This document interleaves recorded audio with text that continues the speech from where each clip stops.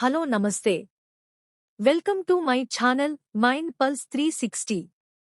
ఈరోజు మన వీడియోలో తెలుసుకోబోయేది టైం ట్రావెల్ నిజంగానే సాధ్యమా? మనిషి ఎప్పుడూ ఒకే ప్రశ్న అడుగుతూనే ఉన్నాడు.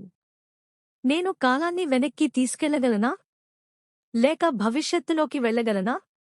ఇది కేవలం సినిమా కథ కాదు. శాస్త్రవేత్తల మనసులో కూడా ఇదే ప్రశ్న మోగుతోంది. టైం ట్రావెల్ అంటే కాలప్రయాణం. ఇది నిజంగా సాధ్యమా?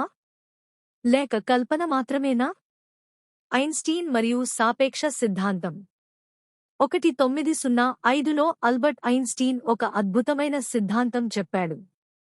దాని పేరు థియరీ ఆఫ్ రిలేటివిటీ. ఆయన ప్రకారం సమయం స్థిరంగా ఉండదు.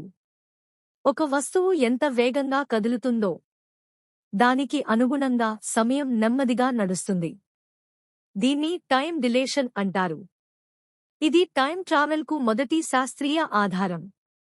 స్పేస్ స్టేషన్ టైం డిలేషన్ ఉదాహరణ.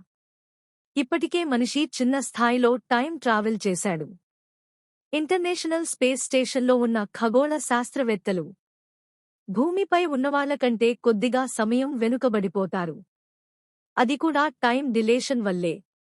అంటే వారు భవిష్యత్తులో కొద్దిగా ముందుకెళ్లారు. వర్మ్ హోల్ సిద్ధాంతం. శాస్త్రవేత్తలు ఇంకో భావన చెబుతున్నారు.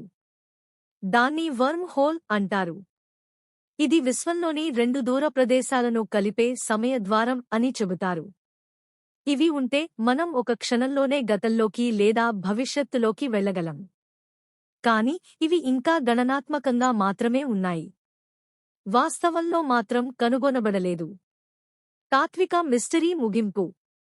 అయితే ప్రశ్న మిగిలిపోతుంది. మనిషి నిజంగా భవిష్యత్తులోకి వెళ్లగలడా? లేక కాలం మనపై శాశ్వత ముసుగు వేసిందా? శాస్త్రం ఆ సమాధానం కోసం ఇంకా ప్రయాణిస్తోంది. కాని ఒకరోజు మనిషి సమయాన్ని కూడా జయించగలడేమో.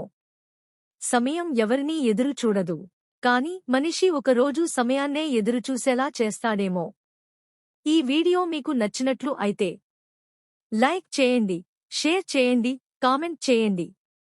మరిన్ని వీడియోల కోసం మా మైండ్ పల్స్ 360 ఛానల్ను సబ్స్క్రైబ్ చేసుకోండి.